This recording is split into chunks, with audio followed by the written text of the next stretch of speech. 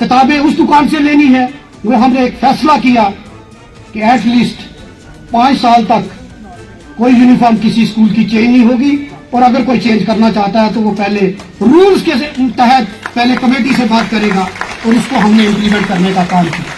किताबें उस दुकान से लेनी है वो हमने एक फैसला किया कि एटलीस्ट 5 साल तक कोई यूनिफॉर्म किसी स्कूल की चेंज नहीं होगी, और अगर कोई चेंज करना चाहता है तो वो पहले रूल्स के तहत पहले कमेटी से बात करेगा, और उसको हमने इम्प्लीमेंट करने का काम किया।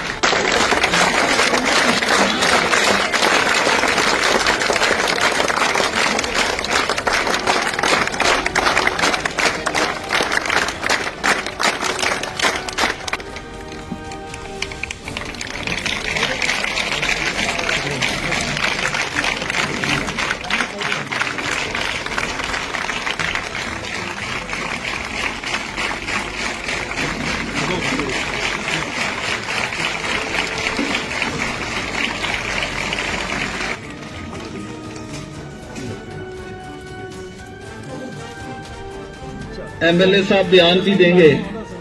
यही दर्श देता है तुम्हें हर शाम का सूरज, मगरब की तरफ जाओगे तो डूब जाओगे।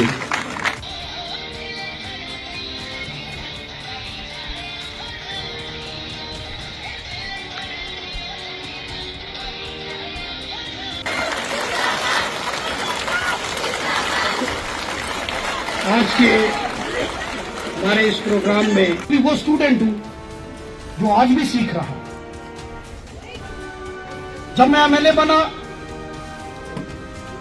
सरकारी स्कूलों को लेकर 1 साल का मेरा तजुर्बा कोई अच्छा नहीं, और मैं आज सुबह भी कह रहा था शायद उसमें मेरी ही कमी है, क्योंकि जो अच्छे स्कूल हैं, मेरे 2 प्रिंसिपल साहब बैठे हैं मेरे घर के बिल्कुल बगल में स्कूल है, या मैं इन तक नहीं पहुंच पाया या ये मुझ तक नहीं पहुंच पाए, और वो जो टैलेंट था ना वो मैं देख पाया।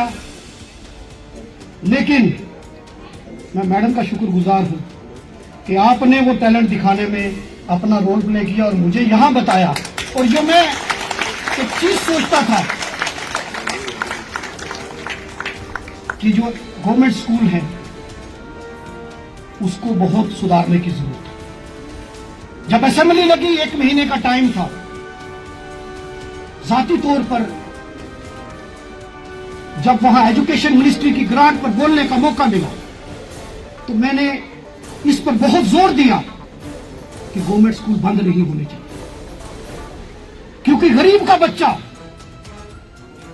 उसके पास इतने पैसे नहीं तो वो किसी अच्छे प्राइवेट स्कूल में जाकर महीने का 3000 रुपया फी देगा और उसके बाद वो एजुकेशन लेगा, या 1000 रुपया, क्योंकि जिसने 9000 रुपया, जिस कंट्रेक्चुअल डेली वेजेस 9000 ले रहा है, उसका बच्चा 1000 रुपया महीने की फीस कैसे देगा। और उन बच्चों को एजुकेशन देने के लिए इन सरकारी स्कूलों का जिंदा रहना, इन सरकारी स्कूलों का मयार अच्छा होना जरूरी है। और इसीलिए सीओ साहब, मैंने रिव्यू मीटिंग एक एजुकेशन डिपार्टमेंट की ली, और उसमें जितने भी प्राइवेट स्कूल्स एसोसिएशन के जो उनकी चुनी हुई कमेटी थी, उनके साथ मैंने एक मीटिंग की, और उनसे मैंने कहा कि हम किस तरीके से जो फी फिक्सेशन कमेटी के रूल्स हैं उनको इंप्लीमेंट कैसे कर सकते हैं। और मुझे खुशी है कि कुछ हमने डिसीजन लिए। हमारे जो इससे पहले सीईओ साहब थे उन्होंने उसका ऑर्डर भी बाकायदा निकाला, और हमने ये फैसला किया कि जो कमर्शलाइजेशन ऑफ एजुकेशन में हर साल वर्दी चेंज होगी, वर्दी चेंज होगी तो उस दुकान से लेनी है, किताबें उस दुकान से लेनी है।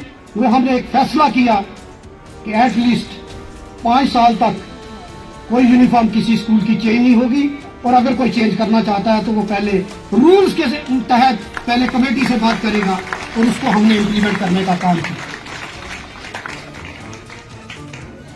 आज मुझे खुशी हुई जब मैंने ओपन जिम का उद्घाटन किया।